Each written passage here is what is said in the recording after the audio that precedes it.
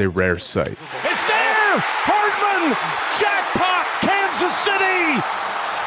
The future? Yeah, just know that the Kansas City Chiefs are never underdogs. Just know that.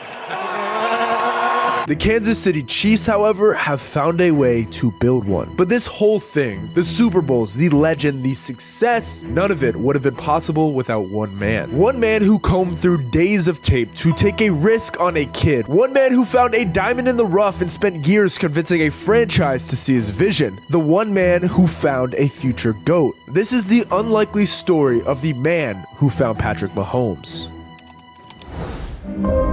With the 10th pick in the 2017 NFL Draft, the Kansas City Chiefs select Patrick Mahomes II. See, back in 2013, a young scout by the name of Brett Veach followed coach Andy Reid to the Kansas City Chiefs. He accepted a position as the team's pro and college personnel analyst, a vague, undefined front office role that doubled as a blank canvas, a dream job for an upwardly mobile football scout. Veach worked under general manager John Dorsey and Chris Ballard. Veach kind of did a little of everything: college scouting, pro personnel work. The job description was basically, let's just see what you got. But what Veach did better than anyone on the staff above all else was he watched the tape of football players. It seems simple. It seems like something any scout should be good at. But if you've seen the movie Air or know anything about Michael Jordan and Nike, you know how difficult scouting can really be. Money can buy you almost anything. It can't buy you immortality. That you have to earn.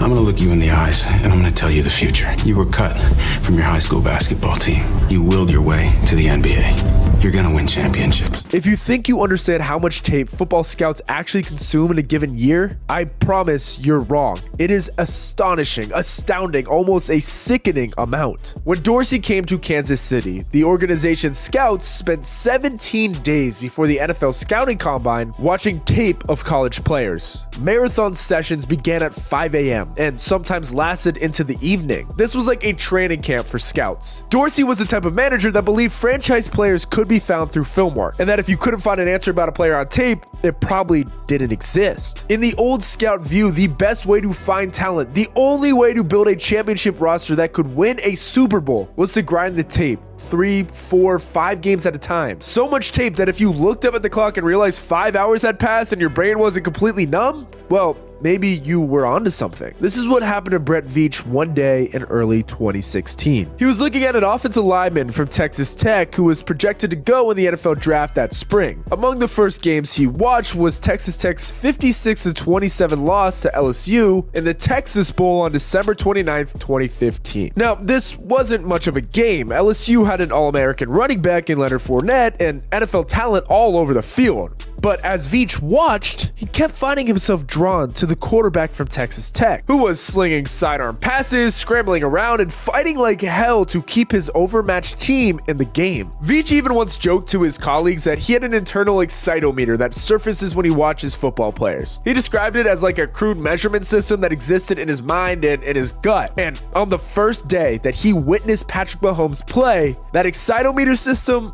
overloaded. See, Mahomes had just finished his sophomore season, just 2 years removed from White House High School. He'd thrown for 4,653 yards as a sophomore and put up big numbers in the Red Raiders' air raid offense, as most Texas Tech quarterbacks did. But owing to his quiet college recruitment and the fact that he wasn't eligible for the draft for another year, he wasn't exactly on NFL radars. So Veach thought to himself, who is this guy? That question, it quickly became an obsession. Who was Patrick Mahomes? What was his story? Why was he at Texas Tech? Did he have the right size? How old was he? Would he be in the draft next year? These questions eventually led Veach down a rabbit hole. More and more tape, more ridiculous throws, and more questions. That was all until one day that spring. He was grinding Mahomes tape on a quiet weekend inside the Chiefs' offices when head coach Andy Reid walked by. Reid was curious what Veach had been up to, and well, Veach had a simple answer. He was watching the next quarterback of the Kansas City Chiefs.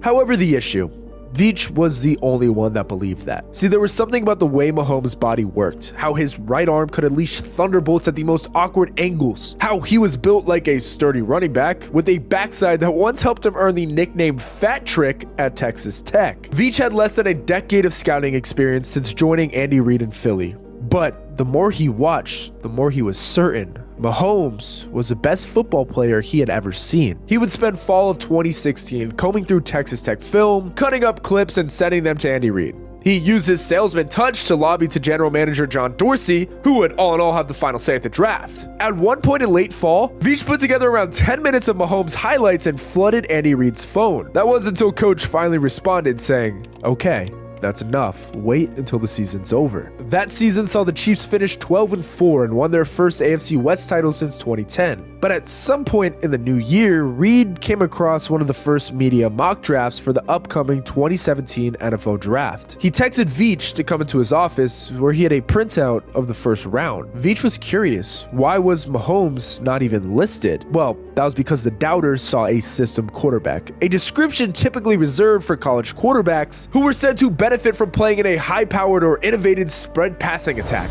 Let's just loosen up with batting practice right down the middle. Who's the player that everybody down there loves? O.J. Howard. It was clear really after the first practice. The doubters also saw a project that had adventurous footwork and questionable decision-making. ESPN draft analyst Todd McShay even wrote that Mahomes misses entirely too many open targets because his mechanics are all over the place. The NFL Network's Mike Mayock had Mahomes ranked as the 4th best quarterback in the draft, behind Notre Dame's Deshaun Kaiser, Clemson's Deshaun Watson, and North Carolina's Mitch Trubisky. When Mahomes heard back from the NFL Draft Advisory Board, a panel of executives and scouting experts who assigned grades to prospective players told him that he was at best a second-round pick. Now, don't get me wrong here, there were explanations for his flaws. Mahomes had only been playing quarterback for 5 years, and he'd been a full-time football player for only 1. It wasn't even until his sophomore season, following a talk with Texas Tech head coach Cliff Kingsbury, that he realized he would even have a chance to play in the NFL. So that's when he finally quit baseball for good. Now, Mahomes did have sloppy footwork. That was obvious. Sometimes he'd drift backwards and throw off his back foot for no particular reason. Other times he would just chuck up the ball for grabs like he was playing a children's game of 500. But you see, the smart ones, they knew that the backyard mechanics made his 65% completion percentage all the more impressive. The 2017 NFL Draft was set to begin April 27th in Philadelphia. Mahomes had just 3.5 months to prove himself and move up the draft boards. So in January, his agents Lee Steinberg and Chris Cabot sent the quarterback to Exos training facility in Carlsbad, California, where he began daily workouts with former NFL quarterback coach Mike Shepard, the same Mike Shepard who had once recruited Andy Reid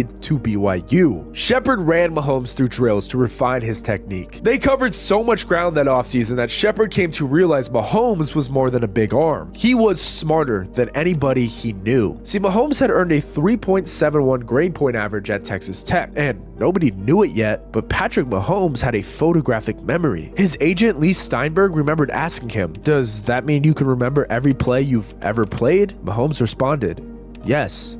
If NFL teams were concerned that Mahomes was a system quarterback, specifically one from a simplified scheme that almost exclusively used the shotgun formation, Steinberg believed that they just needed to see how his mind worked. When Mahomes met with the Arizona Cardinals before the draft, Cardinals head coach Bruce Arians put his memory to the test. On a board, he drew up 6 plays and 2 or 3 pass protection schemes. Then he showed Mahomes video of some blitz packages and offered audible calls that would allow him to switch to protection depending on the look. Just 2 hours later, Mahomes went out on the field, and Arians blurted out a protection and blitz package. "Righty, righty," Mahomes said, fixing the protection. Holy cow, Arians thought. Then he did it again. Mahomes had already mastered something that might take another quarterback over a year. Brett Veach's secret was starting to get out. The Cardinals, who had the 13th pick, they started to like Mahomes. So did Buffalo's owner Terry Pegula, who sought to give his front office complete autonomy to make their own choice at number 10. The New Orleans Saints, who picked one spot after the Bills, were thinking of a quarterback too. And when Saints coach Sean Payton traveled to Lubbock, Texas, he was taken by Mahomes' talent and his smile. Payton thought that this was the best quarterback he had ever evaluated. The Chiefs, meanwhile, were picking 27th and still hadn't picked a quarterback in the first round since 1983, when they drafted Todd Blackledge, 7th overall out of Penn State. Blackledge was famously a bust, which stopped the Chiefs from taking chances on young QBs. Back in Kansas City, however,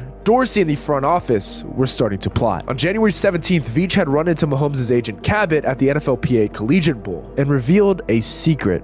He loved Mahomes. The conversation started a daily back channel of texts and updates that lasted for another 3 months. Steinberg and Cabot saw Kansas City as the ideal landing spot. Steinberg had known Chiefs owner Clark Hunt since Hunt was a ball boy. Andy Reid was renowned for his work with quarterbacks. The Chiefs had a good starter in Alex Smith, but even Mahomes' family believed he might benefit from a year of development on the bench. And then there was the city. Steinberg saw Kansas City as a scalable town for a kid from Tyler, Texas. It was a place where Mahomes might fit into the culture and actually connect with a fervent fan base. Steinberg thought of the cliche Midwest nice. It fit Patrick Mahomes. Mahomes famously said that Kansas City is a city where you know the fan base loves football. You want to be a part of a city that's just all in for you. But you see, if the Chiefs were going to land him, they couldn't wait till the 27th pick. So a new question came into focus. What if the Chiefs were to trade up with another team to get Patrick Mahomes? So as the morning of the 2017 NFL Draft approached, Brett Veach headed off to work. That same morning, John Dorsey was calling Doug Whaley, the general manager of the Buffalo Bills. Their communication had started months earlier around the NFL Scouting Combine, and just days earlier, they had agreed to the basics of a possible trade, in which the Chiefs would package the 27th pick, a 3rd round pick, and a 1st round pick in 2018 to move up to the Bills spot at number 10. Now, the NFL Draft can feel like an impenetrable black box. Teams will protect their intel like diplomatic cables. Smoke screens are thrown everywhere. Dorsey, for instance, had invited the top 5 quarterback prospects to visit Kansas City before the draft. This was just so Mahomes wouldn't stand out, and he kept dropping the name of Alabama linebacker Reuben Foster into conversations with other executives. But this meant that nobody in the Chiefs front office could be certain how it would go. See, the Saints lurked at number 11, and Dorsey was certain they wanted Mahomes. The Cleveland Browns, who are always in need of a quarterback, had the first pick and the 12th. Nobody seemed to know anything about the Chicago Bears going to number 3, but if the Chiefs could move up to number 10, Dorsey was only really worried about the Chargers at number 7, who could stash Mahomes behind an aging Phillip Rivers. However, there was one piece of NFL fine print working in the Chiefs' favor. NFL contracts for rookies contain a team option for a 5th season, and it just so happened that the slotted money for the 5th-year option fell substantially from the 10th pick to the 11th. Thus, it made financial sense for the Saints and the Cardinals to sit tight and not trade up. So Veach thought the Chiefs could catch the entire league by surprise. Back in Texas, Mahomes was still hopeful about Kansas City. He had left his pre-draft meeting with the Bears convinced that they might take him, and he had heard similar sentiments from other coaches. But as the draft approached, he had his agents deliver a message to the Chiefs front office, using the inside info they had gathered from other teams. If the Chiefs wanted to draft Mahomes, they were going to need to move up to at least 12th. The draft began as expected. The Browns took defensive end Myles Garrett, but then a surprise came. The Chicago Bears traded up one spot to take North Carolina quarterback Mitch Trubisky at number 2, which had astounded executives across the league. Trubisky had started just 1 season at North Carolina, and the Bears had flattered Mahomes in their meeting. Bears GM Ryan Pace would say that the one difference was Trubisky's perceived ability to process information, which he compared to that of Saints quarterback Drew Brees. The Chiefs finally had some excitement, but they still had to worry about the Chargers at number 7. That could throw a wrench into this entire plan. They also still had a trade to finalize. So when the Chargers opted to take Clemson wide receiver Mike Williams, John Dorsey went to work, sorting through the trade details with Whaley one more time. The deal, in principle, was done. And when the Bills went on the clock at number 10, Dorsey finally called back. "Let's get it done," he said. Whaley still wanted to wait on other offers before turning the trade into the league. Now, inside the Chiefs room, they could only wait. 1 minute went by, then 2, then 3, and finally, Whaley called back, and it was done. In the final moments before NFL Commissioner Roger Goodell announced the pick, Andy Reid rushed to call Alex Smith, and Mahomes sat on a sofa at Lago del Pino in Philadelphia. Next to him was his mother and his agent. Nothing would ever be the same. Not for Mahomes, not for the Chiefs, or the city of Kansas City. At one point that night, Mahomes got a text from Brett Veach. It was a photo of a note. "Pat, no matter what." With the 10th pick in the 2017 NFL Draft. All right, congratulations. The Kansas City Chiefs select Patrick Mahomes II. It's a great night, great day. Enjoy it, and we're fired up, man.